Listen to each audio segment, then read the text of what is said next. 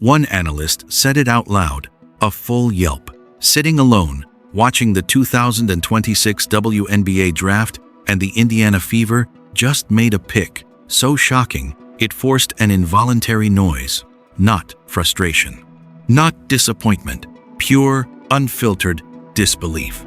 The Indiana Fever selected South Carolina guard Raven Johnson with the 10th overall pick in the 2026 WNBA draft. Johnson, a 5'8" guard from Atlanta, spent 5 years in Columbia. 5 years, 2 national championships, and now she's heading to a team that, at least on paper, didn't need her.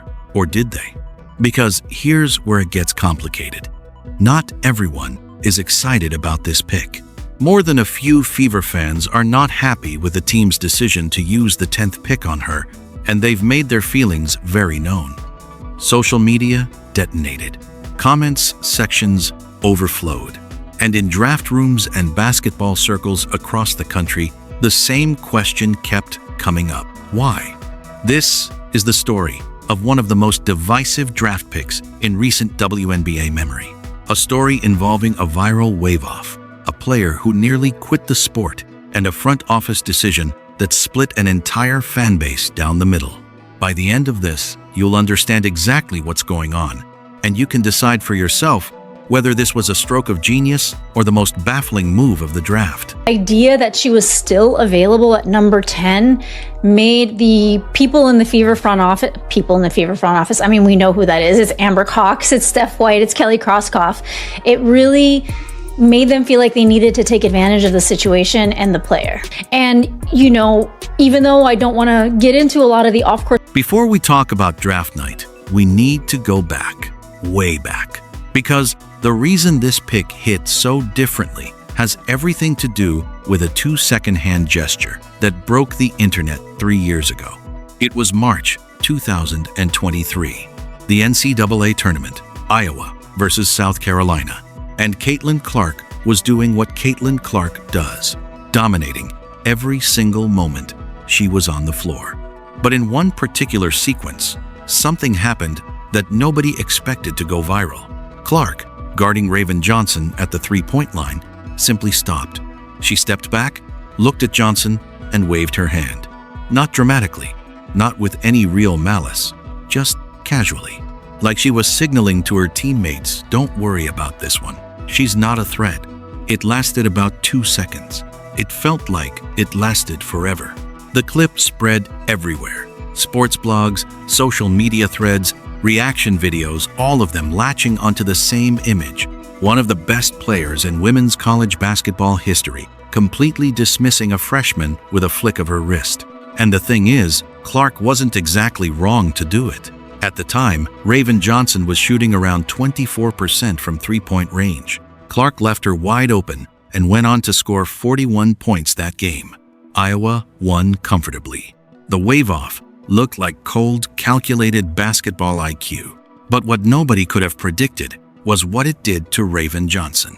She talked about it publicly, openly, in a way that took a lot of courage. She talked about getting bullied online because of that moment. About the comments, the mockery, the pile-on that came with being the player Caitlin Clark didn't think was worth guarding. She talked about wanting to quit basketball entirely.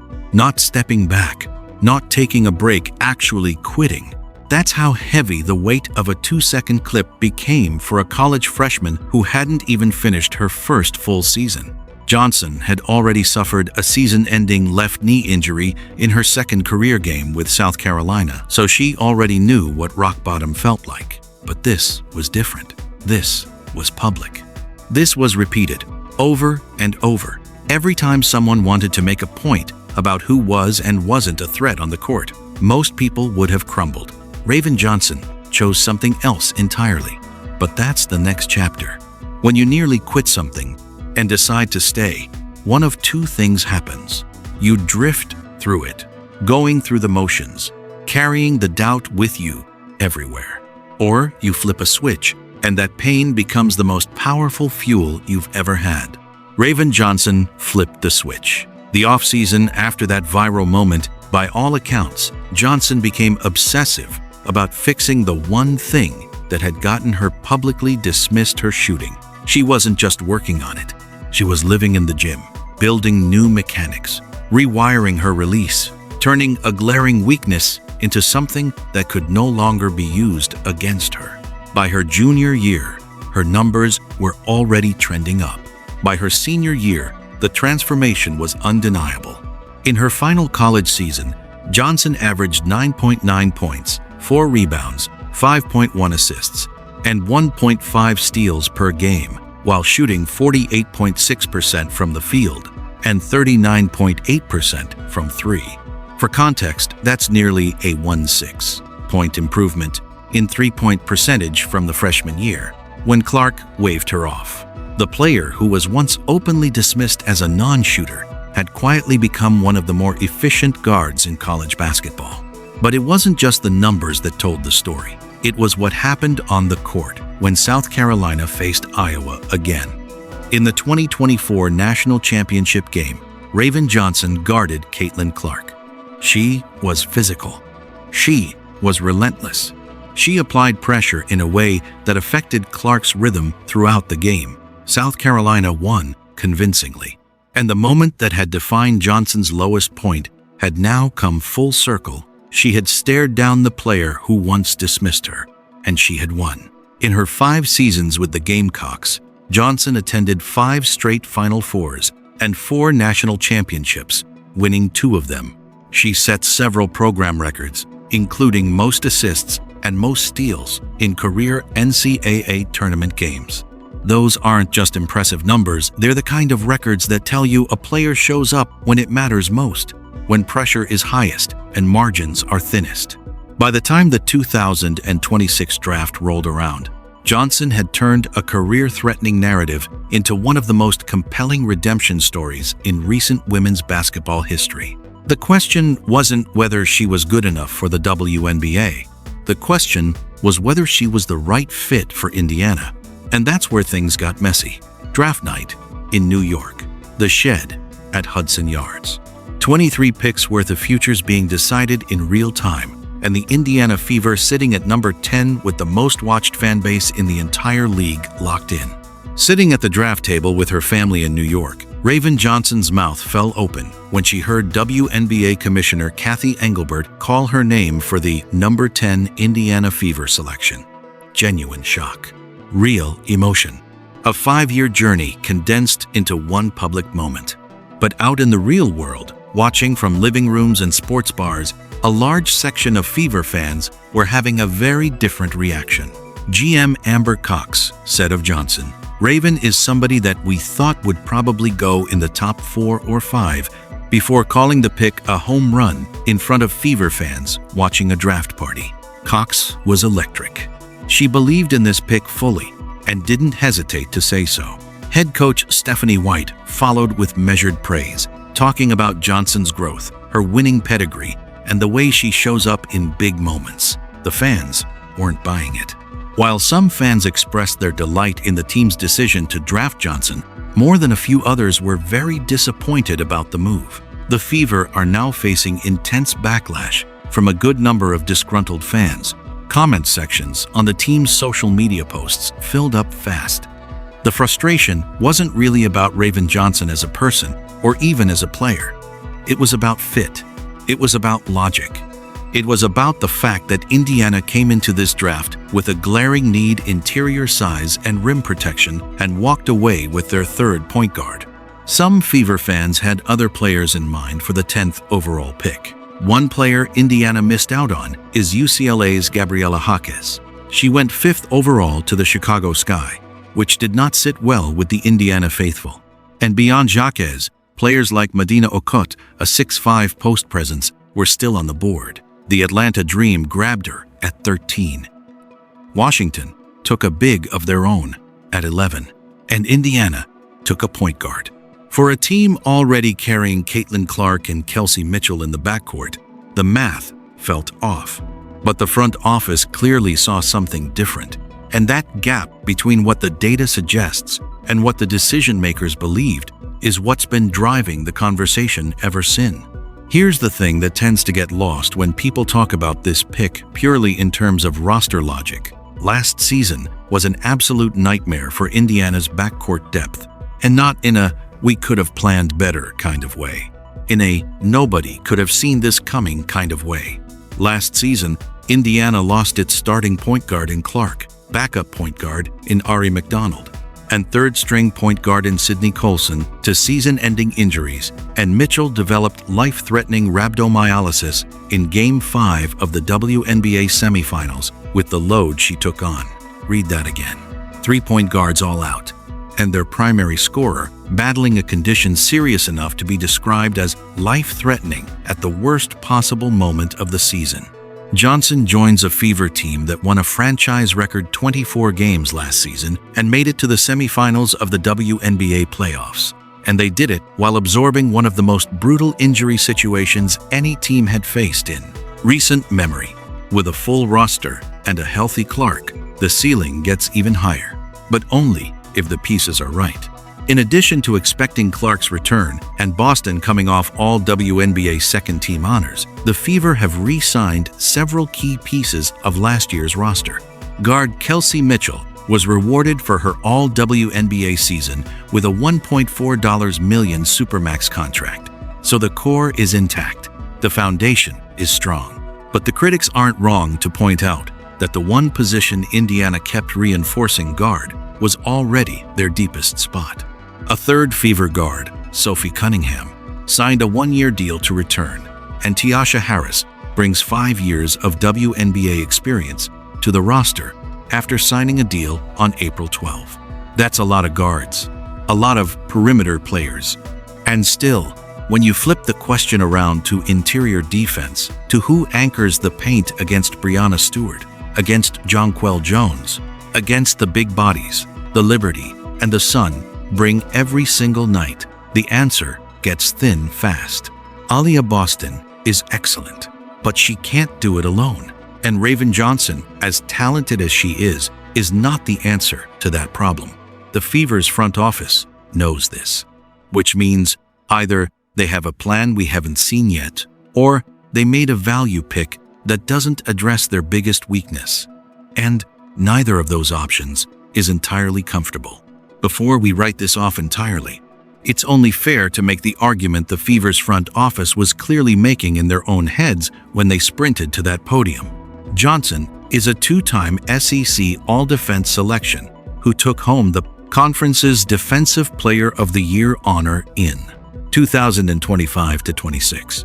And even those accolades somehow undersell how impactful she can be at the point of attack. Johnson is in another category from every other perimeter defender in this draft class, an absolute menace who averaged 3 stocks per game as a senior and plays much bigger than her 5'8" frame. That last part matters more than it sounds.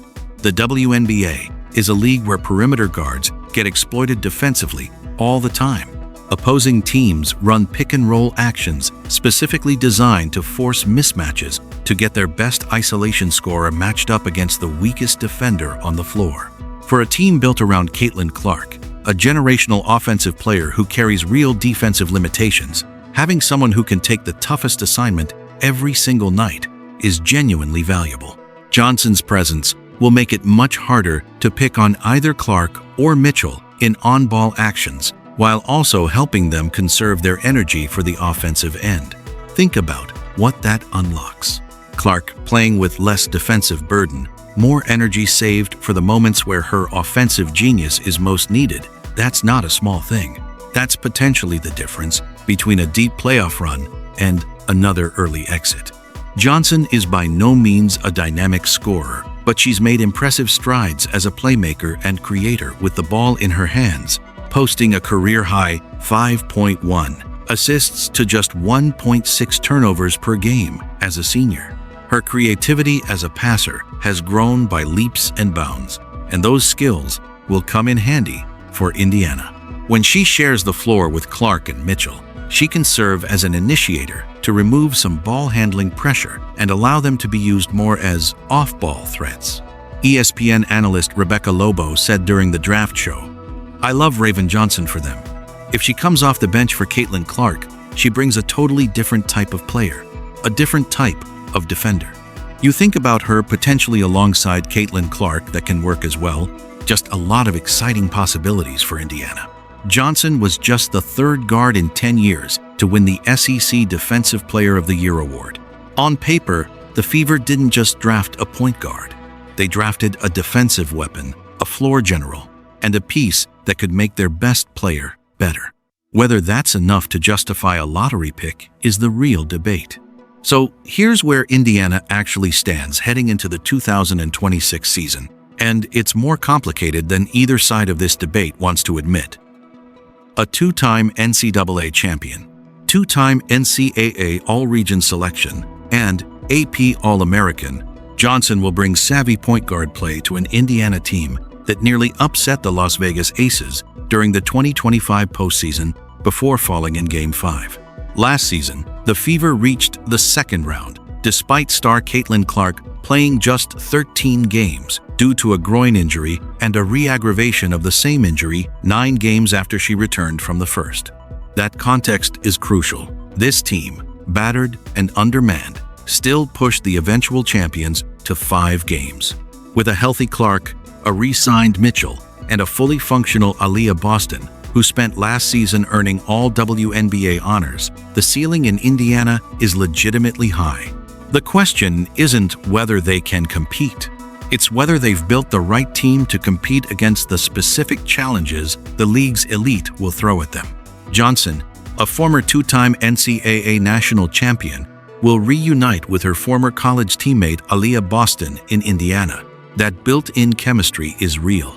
These two players have been in Final Fours together, national championship games together, pressure situations that most professional players never experience in college. There's a trust and a shorthand between them that can't be manufactured in a training camp.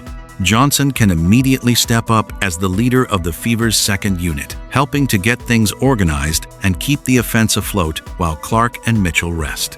All of which should, hopefully, help Clark become a more well-rounded WNBA player as she enters her third season in the league. That's the optimistic version of this story, and it's entirely plausible. The pessimistic version is that Indiana still doesn't have a true rim protector, that when the Liberty or the Sun go big and physical in a playoff series, the Fever's perimeter-heavy roster will face the same interior problems they faced in years past, except this time they used a lottery pick to address a position that was already their strongest. Both versions of this story are sitting there, waiting to play out over the course of a season. Raven Johnson didn't ask to be at the center of a front office debate. She just played her heart out for 5 years, turned a viral humiliation into a decorated college career, and waited to hear her name called. She heard it at number 10. What happens next is up to her, and whether Indiana's bet on fit over size turns out to be brilliant or costly. At the end of all of this, one thing is undeniable. The Indiana Fever made a pick that will be talked about all season long. Not because Raven Johnson is a bad player. She's not. The AP All-American guard is the reigning SEC Defensive Player of the Year and a 2-time SEC All-Defense team member. Her resume speaks for itself. The debate is about fit, about whether a team with a size problem used a lottery pick to solve a problem they didn't have, about whether championship pedigree and elite perimeter defense can paper over the cracks that appear when you go up against the Liberty's front court or the Sun's physicality. Those questions don't get answered in press conferences. They get answered in April and May, when the margins get thin and every roster decision either pays off or comes back to haunt you. Fever head coach Stephanie White said of Johnson, "Every year, she's worked on her game. Every year, she's come back with something different. She's just a winner." Maybe that's enough. Maybe it isn't. But Raven Johnson has already proven once that when the world counts her out, she has a habit of making them regret it. Stay locked with my channel, Simply Explained, for more updates.